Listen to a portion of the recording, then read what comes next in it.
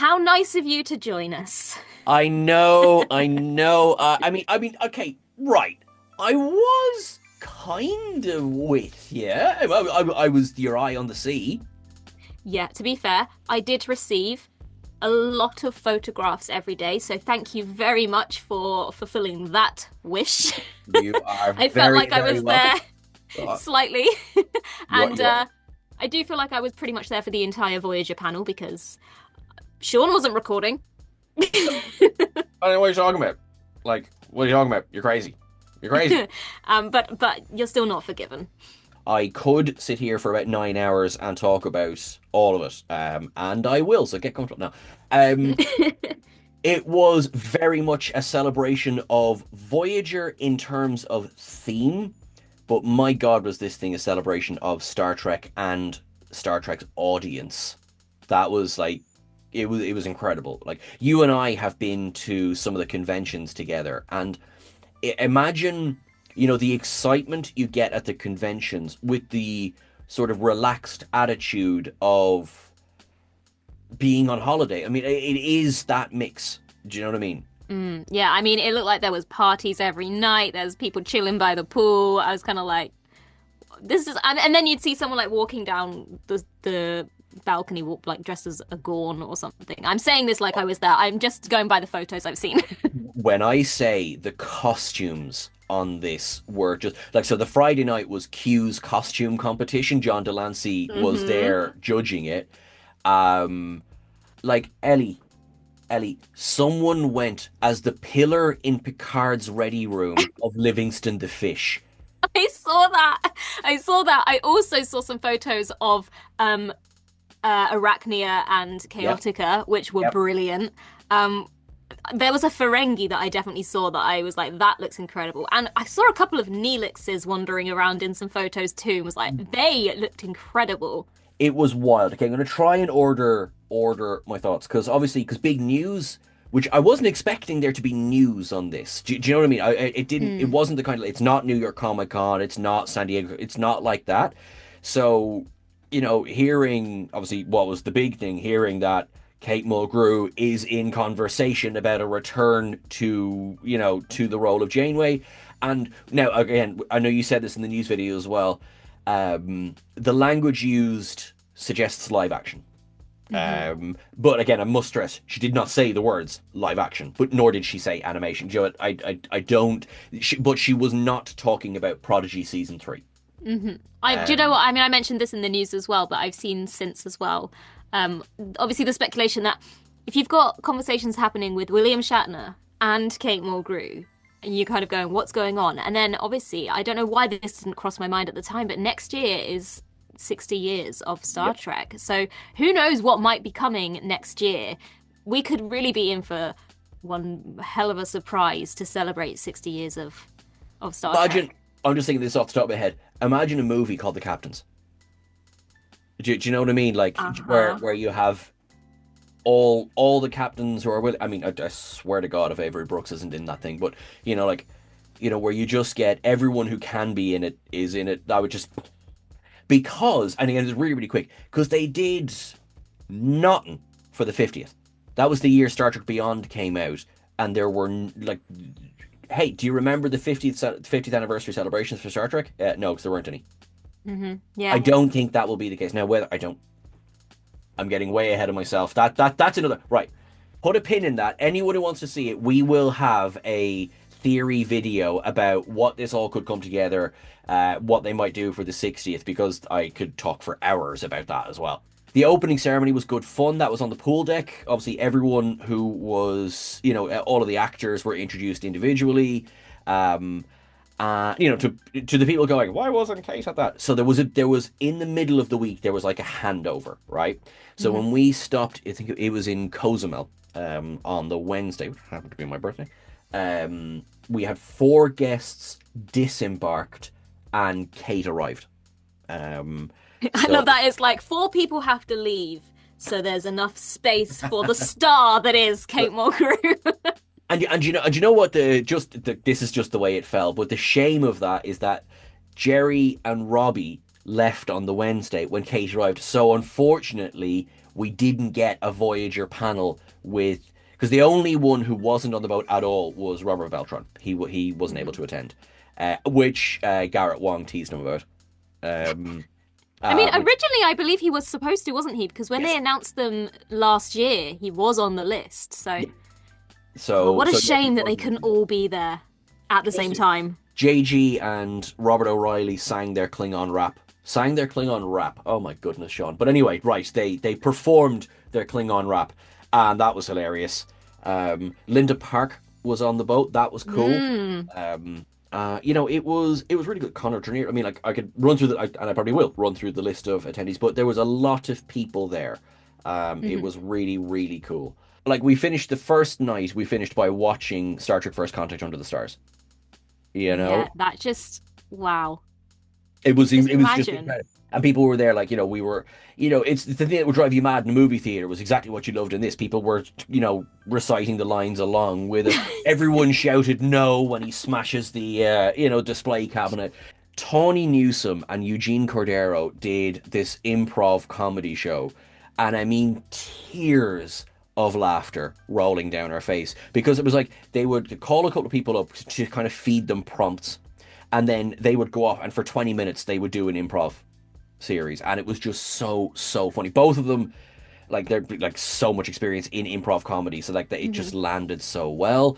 I will say this cruise is adults only, Right. and rapidly became apparent as to why.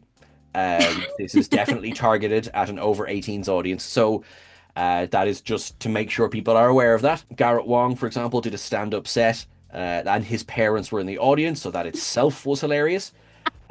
Which was introduced by Robert Duncan McNeil, which was a load of fun as well. So just seeing them bounce off each other.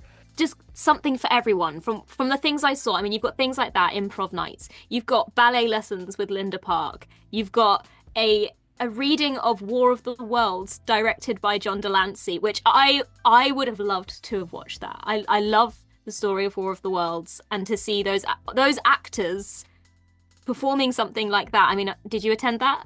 I did attend that. That was cool. Uh-huh. It was pretty, and like Bob Picardo selling it for the back seats. Obviously Kate as Dr. Pearson was incredible. Delancey introduced it. Vaughn Armstrong, who's just I love Vaughn Armstrong because Vaughn Armstrong is the Jeffrey Combs that we don't make the jokes about. Right, yeah. You know, everyone is played by Jeffrey Combs. Vaughn Armstrong has equally as many characters as well, which is really funny. And he's just excellent speaker as well. But of course, Jeffrey Combs was also there, and was just brilliant. I'm running actually. Who was in that? We had Connor Trenier was in that. Eugene was in that. Wasn't there Um, members of the audience in that? Or like there were fans? additional, yeah, there were additional performers were in that. I mean, that's Frakes was not the in that. kind of thing that when you say I'm going on a Star Trek cruise, you would expect to be witnessing. Right. See, and And that's a yet, really good it point. sounds amazing. It was because that was when I say there was something for everyone. If you wanted your super in-depth like Trek trivia, brilliant. Yep, they had loads. I was at the one with Jerry Ryan where it was a 7 of 9 quiz, so that was incredible. She was very, very funny because she would confidently ask a question and then finish it with, "I have no idea, by the way." Um, and then Robbie did a Town Paris one. Wilson Cruz led one, and Robin Curtis, who was there as well, Hmm. led one about Savick. There was actually, speaking of the makeup artist Thomas, at one point I was walking down the promenade, and this is where at these kind of cruises, you do have to pay attention to the daily schedule, and you do have to end up sort of picking and choosing because you can't do everything, right? Right. So I was confidently on my way to one of the panels and Robin Curtis was there as Savick taking photos with fans, and I was like, I would have given my left leg to get a good because sometimes I'm not good about checking for who's doing photos at what time, and as I was walking past, I was like, oh, you're kidding me. And not only this, but the search for Spock ups and downs went out last week. I would have absolutely murdered. But man, she looked incredible. So yeah, so I saw some of those. That's pretty cool. Not that only to was have a photo with the actor, but for them to be in full on costume and makeup. Right, just and incredible, and also, I mean, you know how much I want an authentic Monster Maroon. So right, okay, Hmm. back down to earth. Robert Picardo hosted sort of the Star Trek cruise goes to the opera, Uh-huh. and it's framed as the Doctor's journey through opera and the different pieces he sings. But I just literally have the Google up here because I want to make sure I'm pronouncing this correctly. Bob was joined by Arturo Chasson Cruz. I hope I've pronounced that correctly. Um, when I say like that could have been a gig that was $100 a ticket. Mhm. Um, and sorry, I'm still speaking in dollars because I'm only just home. But it was phenomenal. Like they performed this operetta of Khan versus Kirk, like that scene in in the Wrath of Khan, and In it's opera. in opera. Uh, at another point, then Arturo and Venetia, who they are in fact married, they performed from the aria from Mozart's The Magic Flute as well, because all of these pieces, or most of these pieces, I should say, sorry, featured in Star Trek. Right, yeah. So like that was obviously that was the guy, but I mean like performed slightly differently. And Bob Picardo was quite funny about that because he said like, "Oh yeah, no, I performed most of them in a different key." Um, and they highlighted as well that there were times when he was singing in the show, but it wasn't quite his voice. He said it didn't happen often, but it did happen. There was sometimes the ask was a bit much for someone who isn't a trained opera singer. I mean, there was Uh, literally a whole episode about him singing opera and like being praised for it. that was, in fact, that was mentioned, uh, and they screened the scene as well. Of course, he sings opera while disarming Tuvok, who is suddenly going I through. love that scene. It's so funny. That's one Uh, of my favorite episodes of Star Trek. It is just fun, isn't it? Tinker Tenor Doctor Spy is one of my favorite, not just Voyager episodes, just one of my favorite episodes of Star Trek in general. It was also really cool when I was walking on the promenade one day and Tawny and Eugene were walking by and I just went, just really quick, guys, Lower Deck season 6, really good. And they're like, thanks very much. And as Tawny goes, thanks for the videos, and I nearly died. Simple as. I mean, yeah, it's one thing for people who watch the content to say they love it, but it's another thing for the people who you're talking about in the content to say I watch your content is like, what? And of course, what's the first thing in your head? It's like, I'm sorry for any critique I've ever given. Yeah. But and it was because that's the thing as well that it had been said to me, but I of course I hadn't experienced it. Is that generally this is such a kind of a safe space, like like okay, I didn't see Kate walking down, but let's say Kate could just walk to the promenade and she wouldn't be mobbed. Do Right, you know yeah. what I mean? She would have been if I was there. Well, I mean, that's what I mean. That's why I was like, kind of, I'm just going to use her as an example because I didn't see Kate walking along. But whereas, yeah, like kind of like, what could possibly break the speed of sound? Oh, it's Ellie. Um, but that was I like, feel we paint me in the wrong light here. I feel we paint you I in would be exactly the respectful. right light. I would be respectful. Yes, you would respectfully break the speed of sound as you went. Yeah. But because that was it as well. I think people generally they get it. Don't run up to somebody, and kind of don't stand in front of them. Don't like, by all means, as someone is passing, hi, I really enjoyed you this, and then just if they choose to engage, which sometimes they do, sometimes they're on their way to something. Do you know what I mean? Or sometimes they're like, I need a break, and that's fine. And I didn't see, only speaking for myself, I didn't see anyone pushing that. Now I suppose I will have to say I'm sure it could have happened. I just want to say I personally didn't see that.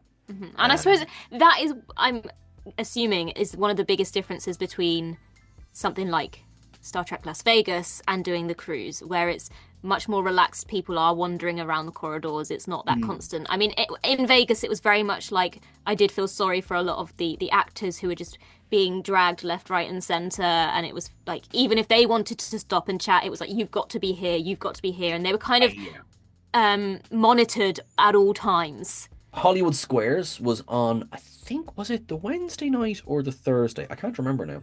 And that was chaos. just pure chaos. So it's basically playing X's and O's, or biggest number wins, right? And then they got a couple. I was at the later showing, and they got, because they did a lot of the events. They would do two showings, like I was going to ask you about that. because there was a different. So we had a red card, and there was a blue card as well, and that meant that our shows were the 9 o'clock, the blue card were the 7 o'clock. And was there any difference between whether you got a blue card or a red card, or was it just what you were dealt? I for the life of me, I can't remember. I think we chose the later show. There were the structured, sort of heavier events that were a bit more, even in a theater of 2,000 people, still felt a bit more intimate. And then there were the ones that were just let's go crazy. And like, Hollywood Squares was let's go crazy. It looked like it was crazy. Oh, it was. The trivia was a bit like let's go crazy, but just listen to the question, but like let's go crazy as well. I want to give I mean, I could shout out everyone. I spent a lot of time hanging out with Jessie Earls this week, who is just incredible, and I love her to bits, and she's just lovely. But so is Ian Ramsey, star wrecked on YouTube. I received a message from Ian, and it was just a photo of you asleep on a chair, and I don't Yep. think you even knew that he'd taken it. It was after the fact. He eventually sent me that same picture as well, because that was like the third or second to last day or something, and I was a bit pooped. I was a little bit pooped, and I lay down in a sun lounger. And as you can see, I'm fully dressed. I mean, I'm not even like in like sun lounger gear. I'm fully dressed, and I was just like, I'm done. Another highlight. So Denise Crosby, right, led this improv lip sync to an episode of the original series. Last year, I think they did Spock's Brain last year. This year it was Assignment Earth, and you had Denise, Eugene, Garrett, Ethan Phillips, who, by the way, is so funny. He is so I don't funny. think anything he ever says is like a serious thing. He just always comes out with jokes. Every interview I've ever seen him in, he always makes a joke. And then he'll deliver something sincere, and you're like, I'm waiting for the punchline. You know? Yeah. And Bob Picardo as well. And it was really funny, right? But it was a bit like, it turns out Assignment Earth, there's an awful lot of standing and watching stock footage in that episode. So you can see them because they don't rewatch the episode before they hit play. So you Right. can see them going like, bit harder to improv lip sync this one. So that became the joke of the episode then. Actually, funny, I was sitting beside Larry Nemechek for that one. Lovely to see him as well, because he's just lovely. And we were just giggling along to that one. But the other one is Nana. Is this my favorite thing? This might be my favorite thing of the week. So I think I've saw some clips of this. So, For the World is Hollow and I Have Touched the Sky is episode of the original series, which was obviously just like, how can we write the longest episode title ever? Which I think Discovery then beat with The Butcher's Knife Cares Not for the Lamb's Cry. Right. And you're like, Sean, why do you know these things? Because it's my job. So it was the script of the episode with a little bit of addendum here and there. Tawny played Kirk. Combs played Spock. Ethan Phillips played McCoy. Roxanne Dawson played the head priestess. Frakes played the computer that was controlling everything. But you had Mary Wiseman, Jonathan Del Arco, and Denise Crosby played like the additional characters. But also Mary Wiseman as Chapel. Now, as TOS Chapel. Not Right, yeah. Crazy World Cup. Just like, kind of, oh, doctor, oh, you look amazing. Oh. Just right. Celia Rose Gooding stole the show with her 2 lines as Uhura. Because she walks on and she's there like, kind of, ooh, ooh, ooh, ooh, kind of like, and then, she delivered the opening line and then very pointedly stood, walked to the back of the stage, sat down, pulled out a book, and just started reading until 3/4 of the way through the show. She perfectly, and then very exaggeratedly crossed her legs, relaxed, and finished reading the book. And I mean, it was like, kind of, and if that wasn't a comment on how Nichelle Nichols was used in a lot of the original series, just, but it was brilliant. And it was hilarious. And, you had, I was very glad to see Roxanne Dawson doing that, because obviously she's in the world of directing now. She doesn't really act anymore. And so I kind of feel like when you're back on a cruise talking about something you did 30 years ago and it's not really the profession you do anymore, you maybe want to shy away from doing the things like that, but it looked like she was having a great time. it certainly seemed like she was having a ball. And I know you're going to ask me, so Star Trek Prodigy, because it came up, and it specifically she mentioned it as well, because she said, "I know I'm not in it, but apparently B'Elanna went on to design a lot of the ships that are in Prodigy, and I thought that was cool." And I went, "Yay!" Um, It's the almost like those guys really care about the right, legacy of Star Trek and the lore of it's like Star they Trek. did their homework. I know. Kate addressed the. I mean, it's nothing we didn't know, but it's not cancelled. It just nothing's happened. It's literally sitting on someone's desk. Hmm. So that's where Prodigy is, I and want it's. more. I mean, I'm right there with you.